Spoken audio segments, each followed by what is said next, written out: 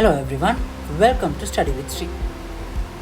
Today we are going to dive into 2025 IMAT questions, IMAT chemistry questions. Chemistry questions are super easy. There is no much to discuss, but mostly these questions are fundamental theory. So if you are practicing for 2026 IMAT exams, make sure that you are practicing and you are learning the fundamental theory very clearly, and then practice a lot of questions. Answering the questions gets you 1 point for these questions. Understanding the theory definitely gets you into the medical school. So today we are not just checking the answer for these IMAT questions, and I will try to break down some underlying concept for every single question. No need to go through very deep in every questions, because some questions are very easy and basic theory. So let's go to the first question. This question is talking about the equation of a state for ideal gases. So you know about the ideal gas law. Straight away it is PV is equals to nRT. Just don't check, like if it is PV is equals to nRT, you know it's correct. So don't run through the remaining answers. Don't waste your time, because you know exactly PV is equals to nRT is correct. So don't run through other questions and waste your time, because even 1 second is important in these kind of a competitive exams. So this is asking about the ideal gas law. Most of you know PV is equals to nRT. But why this is important? This equation assumes the gas particles have zero volume and zero attraction to each other. If the exams ask you about the real gases, it is different. So this is for ideal gases, which is PV is equals to nRT. And then second one, in which of these compounds does chlorine have an oxidation number of +3? It's a very simple question. So the question asks for a chlorine with a +3 oxidation state. Let's do the math for option A, which is HClO2. You must understand, for these kind of molecules, the algebraic sum of oxidation numbers would be equals to 0. Oxygen is almost always -2. So oxygen is -2. So -2 times 2 plus chlorine, let's say we don't know. So X. Hydrogen, mostly it's +1. So +1. And then if you sum them together, it should be 0. So you can see -4 plus 6 plus 1 is equals to 0.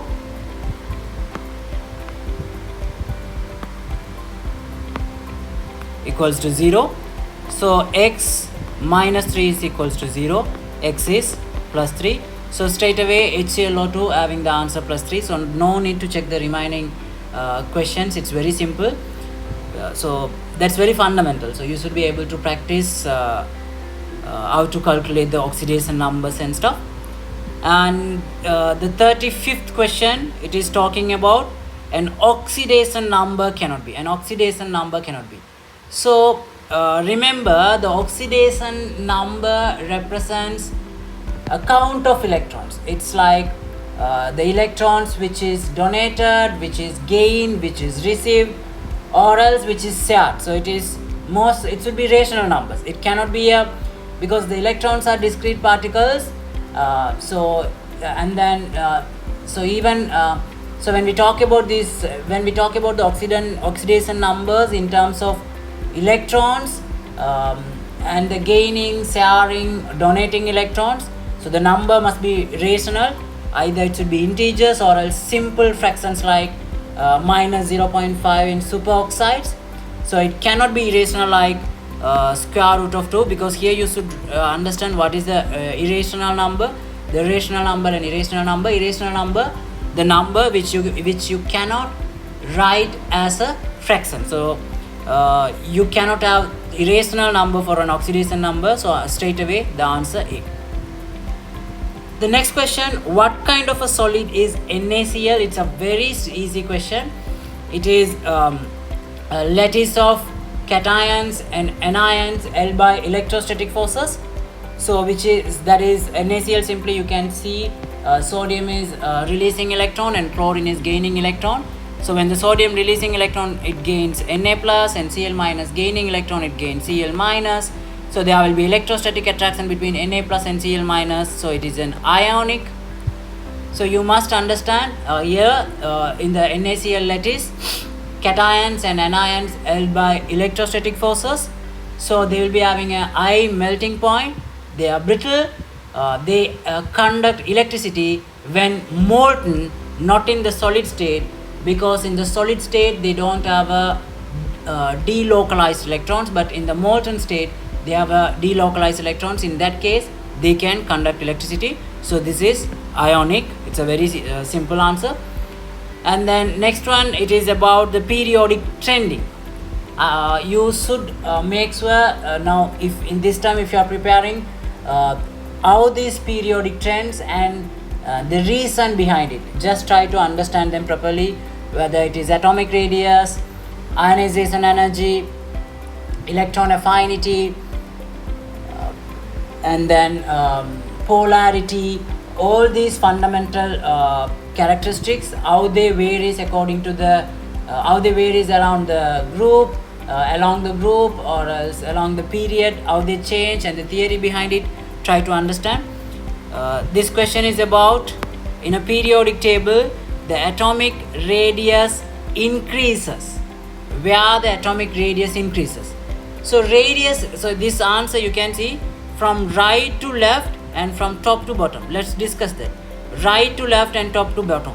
Right to left, so if you see the periodic table, this is your left side and this is right side. So right to left and top to bottom. I have seen so many students have confused with the direction, this right to left and left to right.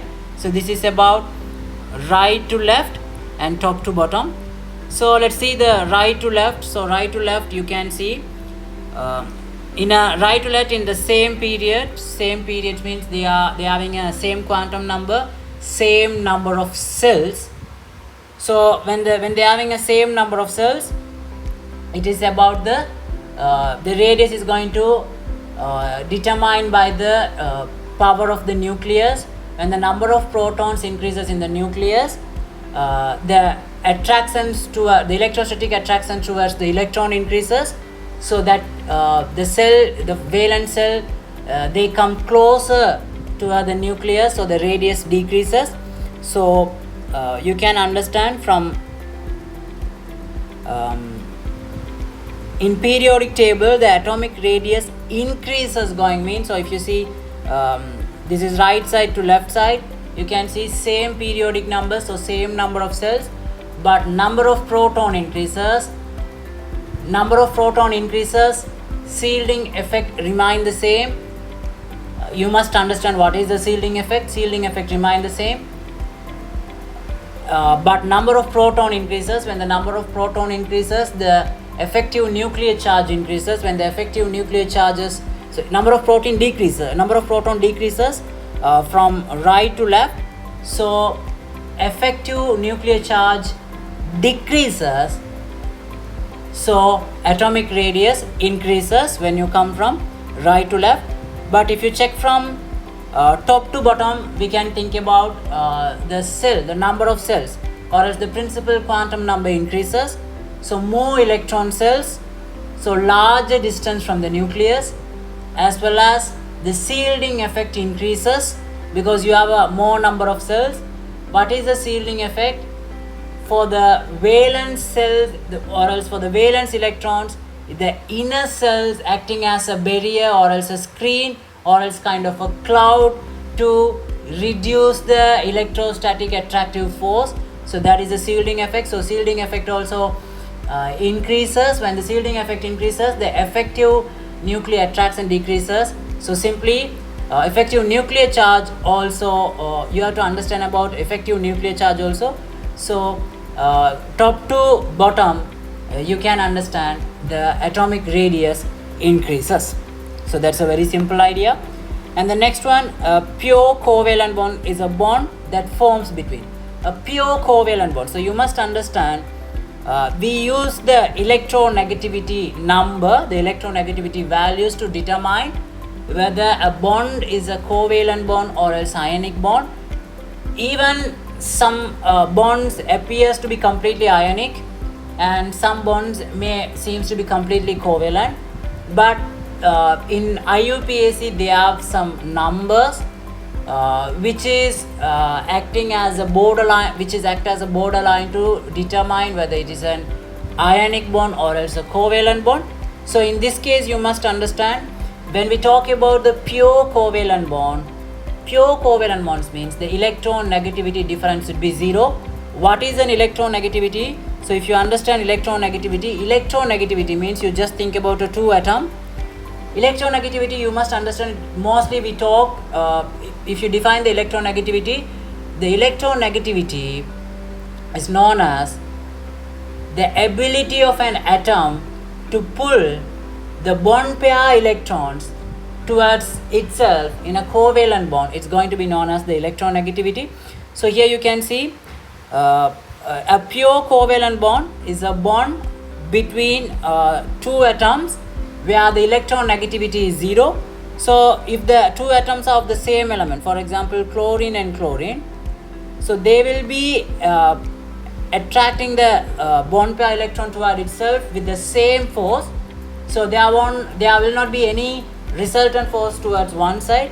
So in that case, simply we can say the electron negativity difference is 0. So if the electron negativity difference is 0 means, then it should be a pure covalent bond. It's a non-polar bond. So you must understand, if it is a pure covalent bond, the electronegativity difference should be 0.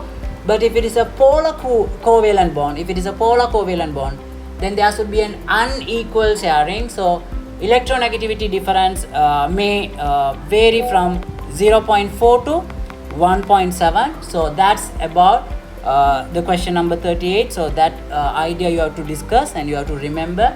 So these are very fundamental theories. You cannot waste the time for these questions. These are very simple paper. The pH of an aqueous solution of a monoprotic weak acid. So what is a monoprotic? You will be having a 1H plus. A monoprotic weak acid, monoprotic, diprotic, triprotic, likewise a different weak acid can be there. And you must understand what is a weak acid and what is a strong acid. A strong acid, if you think of a strong acid, the strong acid would completely dissociate. But if you think of a weak acid, it partially dissociate, it will not completely dissociate. And then you must understand the definition of acid, what is an acid, and then the theory like the Bronsted-Lowry and then Lewis theory. So these kind of basic theories and all you have to revise. So make sure you are revising them and you are studying them. So now here the pH of an aqueous solution of monoprotic weak acid with the constant Ka is the acid constant is, the acid equilibrium constant is 1 times 10 to the power minus 5, and the concentration 0.001 means. So what's the pH? So let's do a small derivation for that. So let's try to understand. So if I think about an acid HA, when it partially dissociates, it releases H plus and then A minus. So in this case, let me talk about the alpha. So this alpha is known as the amount of acid which dissociates per mole. So per mole, how much dissociate? So if you consider the acid concentration is C, let me do the derivation here. So if it is 1 moles, if you take the volume mass of 1 meter cube, you can consider the concentration itself as a mole. So 1 mole it dissociates alpha, so C mole, C alpha dissociates. From the C alpha dissociates, so H plus you get C alpha, and A minus also you get C alpha. So now you can write for Ka, which is C alpha times C alpha, because the concentration of H plus into concentration of A minus over C minus C alpha. So which is C squared alpha squared over C minus C alpha. Compared to C alpha is negligibly very small, so you can eliminate that and you can simply write C. Now we have to know about, in this case, you know the Ka and you know the concentration. So we need to get the H plus concentration to get the pH of it. So how can we get the H plus concentration? So you need C alpha because that's the H plus here. So if you want to get the C alpha, the simple idea what we can do is either you can write the C squared alpha as a C alpha squared over C into Ka. So you can write Ka into C is C alpha squared. C alpha is the concentration of H plus, so H plus square is Kac. So the concentration of H plus would be square root of Kac. So you can find out the concentration of find out the concentration of H plus. Then if you know the concentration of H plus, it's easier to find out the pH. So Ka we know which is 10 to the power minus 5, and C is 10 to the power minus 3, which is 10 to the power minus 8. So 10 to the power minus 8. So square root of 10 to the power minus 8 is 10 to the power minus 4. So then pH is minus log H plus aqueous. So you can write minus log 10. H plus concentration is 10 to the power minus 4. So you can write minus 4. So it's a plus 4. So pH is plus 4 is a very simple calculations, and if you know the theory behind it, it's a very simple question. And if you have any doubt in this derivation, you can let me know in the comment section, so I can explain it later.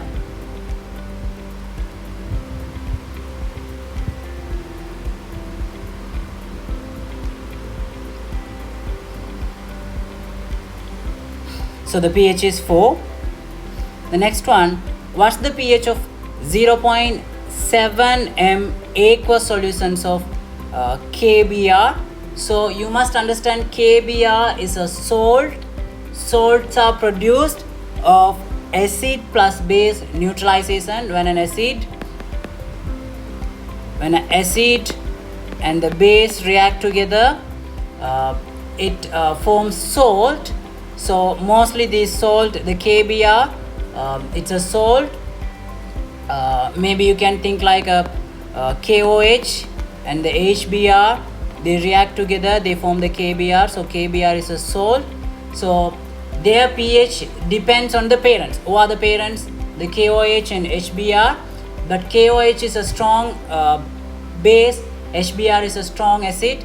So strong plus strong, neutral salt. So pH should be 7, but you must understand this pH 7, the neutral pH 7 also for the 25 degrees Celsius temperature. But if the temperature changes, the neutral pH also changes. So you must understand about that as well. So that is very simple. Next one, given the equilibrium heat plus heat plus 2 FeCl3, 2 FeCl2, Cl2, which of the following options is correct?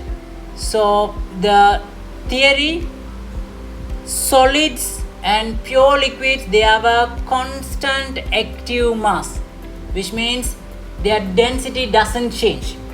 So they are omitted from equilibrium expression. So you must understand, if it is a solids and pure liquids, they have a constant active mass and their density doesn't change. So when you are writing the equilibrium equation, they are omitted from the equilibrium expression Kc.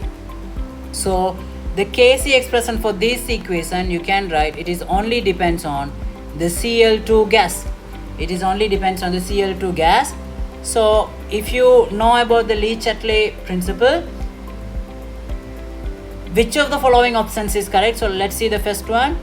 To shift the equilibrium to the left, it is necessary to increase the concentration of Cl2. So to shift the equilibrium to the left, so this is your left side, this is your right side. From right side to left side, to shift is Chatelier principle states, if you are trying to change something in an equilibrium reaction or in a dynamic equilibrium, that reaction or else that system prevent the changes. It is similar to like a Lenz's law in physics. So in this case you can understand, when the Cl2 concentration increases, it will try to reduce the concentration of Cl2. So Cl2 react in this side, so the Cl2 concentration decreases. So answer A is the correct answer. So here you should know about the concentration of solids and pure liquids. They won't change because their density doesn't change, so they are omitted from the equilibrium expression, that you should know. And then also you should know about the Chatelier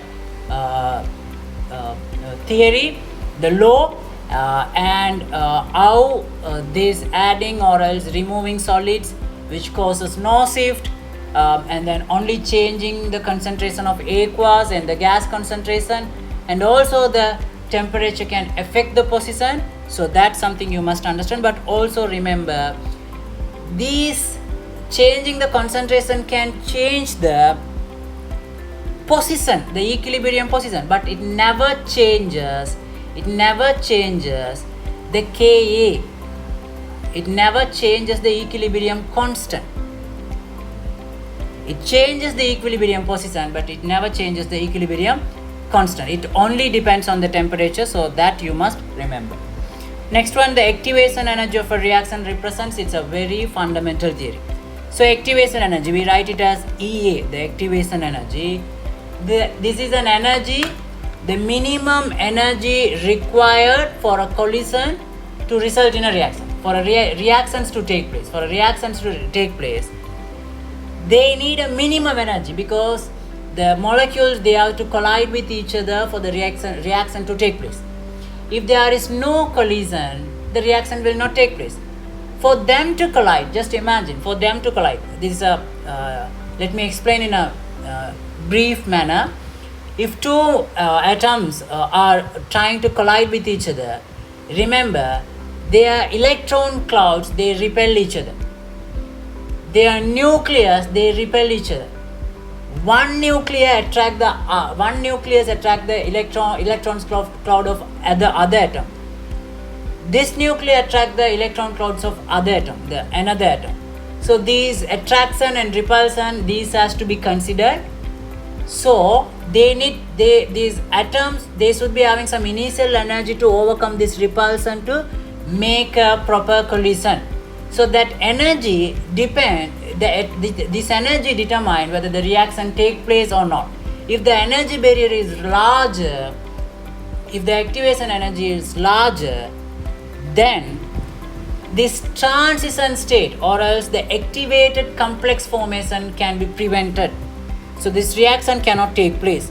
So that's why the activation energy is a very important thing. So you must understand. So if you think of an activation energy, for a reaction to take place, to form this activation complex, they have this energy barrier. That energy barrier is known as activation energy. So the energy barrier that the reactants must overcome to transform into products is going to be known as the activation energy. It's a very simple theory. Next one, in benzene. So you know the benzene is C6H6. So this is the structure of benzene, where the pi electrons are in a resonance. So this C6H6, you can understand, each carbon is bonded to 3 carbon atoms. So each carbon is bonded to 3 carbon atoms means you must understand the carbon is in a hybridization. So it can have a sp3, sp2, sp hybridization. So here you can see each carbon with another. This, if you consider this carbon, it bonded with this carbon, the other carbon and another hydrogen. So there are 3 linear bonds. So 3 minus 1, which is 2. So they will be having a sp2 hybridization. So these are sp2 hybridization. So this requires sp2 hybridization. So if it is sp2 hybridization, they have a trigonal planar geometry with 120-degree angles. So all the carbon atoms are sp2 hybridized, and the molecule has a planar structure, which is trigonal planar geometry try to understand this geometry, which determines the geometry, these fundamentals. Give a good focus and try to understand the theory behind it. Think properly. It's very easy to answer these questions if you are good with the theory. Never just by heart. You have enough time, so you have 8 months to practice. Spend this time to understand, to build up a solid knowledge. It is not just to this knowledge is not only going to help you for this IMAT, even for your medical schools to excel, to continue some researches also, it's going to be helpful. So build a strong foundation, try to understand, try to practice a lot and be well prepared, so there is no way then you can lose the chances. Next one is the compound FeCO3. So it's very simple. It's the nomenclature, which is here you can see FeCO3, which is having Fe2 plus and CO3 2 minus. CO3 2 minus, it's a carbonate. So in the carbonate you can see it's 2 minus. To balance, the ion must be plus 2. So it's a iron 2 carbonate. So traditionally Fe2 plus are named as ferrous and Fe3 plus is named ferric. So this is ferrous carbonate. Identify the non ion and find out the charge, and then find out the charge of the unknown ion. Then the traditional naming system and the stock system, IUPAC naming system also revise, so it would be very easy. So ferrous carbonate. Next one, the glycogen. I forgot to do the 44th question, which is a glycogen. Glycogen, you know, it is more of a biological science question, which is the animal energy storage. The glycogen is the animal energy storage, which is a polymer of alpha glucose. It's a polymer of alpha glucose. You must understand the beta cellulose, the cellulose from plants, that is made up of beta glucose. Try to understand the difference between what is an alpha glucose and what is a beta glucose. Same glucose, but the arrangements vary. So based on that, try to understand alpha glucose and beta glucose. Glycogen is a alpha glucose. They are highly branched. Since it yields only one type of monomer. It is yields only one type of monomer. Who is the monomer here? The glucose. So it yields only one type of monomer upon hydrolysis. So it is homopolysaccharide. But if it is having different types of monomers, if it is made up of different types of monomer, it is known as heteropolysaccharide. So this is a homopolysaccharide. It's straight away very easy understanding, just the namings. So it's a homopolysaccharide. Next one, how many electrons can occupy an orbital? So if you have studied the general chemistry clearly, it's a very fundamental general chemistry idea. This is talking about the Pauli's exclusion principle. So he said no two electrons in an atom, they can have the same 4 quantum numbers. No two electrons in an atom, they can have the same 4 quantum numbers, and that is known as a Pauli's exclusion principle. So here, how many electrons can occupy an orbital? 2 with the anti-parallel spins. They cannot be having the same spin. They should be having an anti-parallel spin. So you should understand the quantum numbers. An orbital is defined by the primary quantum number, and the secondary quantum number, magnetic quantum number, and the spin quantum number. So these quantum numbers you must understand. So the only variable left here, it's gonna be spin, so which has 2 values, plus half and minus half.